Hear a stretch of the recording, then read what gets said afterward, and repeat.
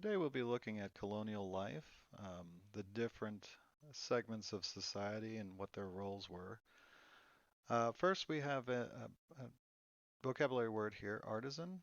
That's a skilled worker who uses tools to perform a craft. And you can see a lot of examples here. Now, you don't have to remember all of these examples, just become a little bit familiar, like blacksmiths, cabinet makers. Uh, there are some here that you'll be familiar with, some that you're not. But you get the idea that these are people that are skilled. They know how to do something. It's not just lifting up some heavy crates and putting them on a cart or a ship or something. They have a skill that is very unique to them and makes them valuable members of society. All right, so let's get started. We've got large landowners. This is mostly in the South when we talk about plantations. They relied on indentured servants and slave labor to make their fortunes, and usually they're very educated. They have a great social life. They go to parties, they go to dances. Reflects quite a bit of what we see in Europe, where you have a privileged class living above everybody else, and the common people are basically lifting these people up to their high status and great living.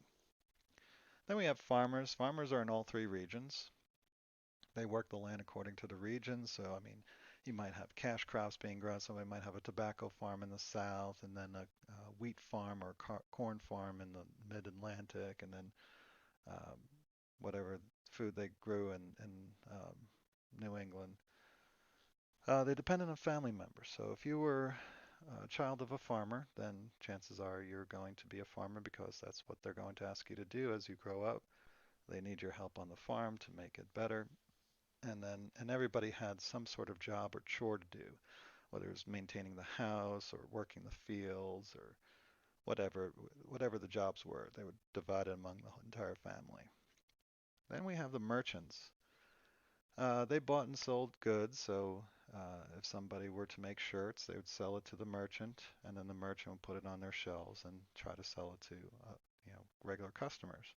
They usually lived in towns and cities because that's where people were, and you can sell a lot more. I mean, one of the great axioms of business is there's only three things that you really need to know in order to um, drive a successful business, and that is location, location, location. Where you are located in these towns and cities where people are, if more people walk past your store and see your goods, then there's more people that have a chance of buying things. So merchants are very important to the society so that people can, like these artisans can make their things, their um, nails, hinges, boots, barrels, whatever, and they sell it to a merchant. The merchant then sells it to the public. Um,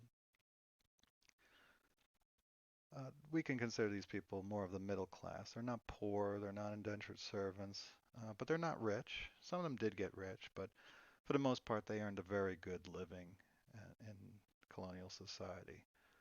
Then we come to women. Women worked mostly as caretakers, houseworkers, homemakers, raised children, cooked, cleaned, made clothes, worked in the garden, did laundry. Basically all the support work for society were done by women.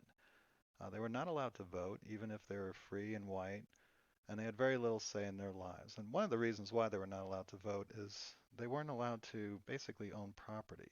Um, they had few chances in education. People felt, well, what are they going to do with that education? It's a waste of time to educate a woman, so they just didn't see it. Only the most rich and most privileged class were able to, women were able to get an education. So it was something that was very rare back then.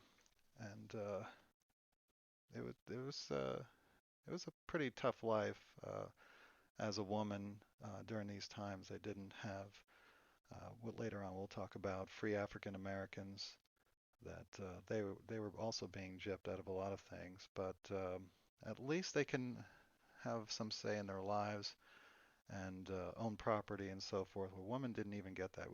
We talked earlier in our class about succession with kings and queens. Women were being passed over by infant boys would become king before they would, and that carried over to the lower classes as well, where women were consistently looked over as far as what they could do.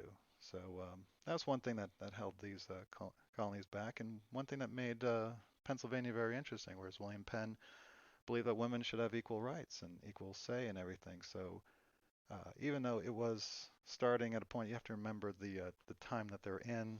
This is a society that they came from, and only through freedom and discovery that we would start reversing these trends, that we would start giving rights to people that did not have rights at first.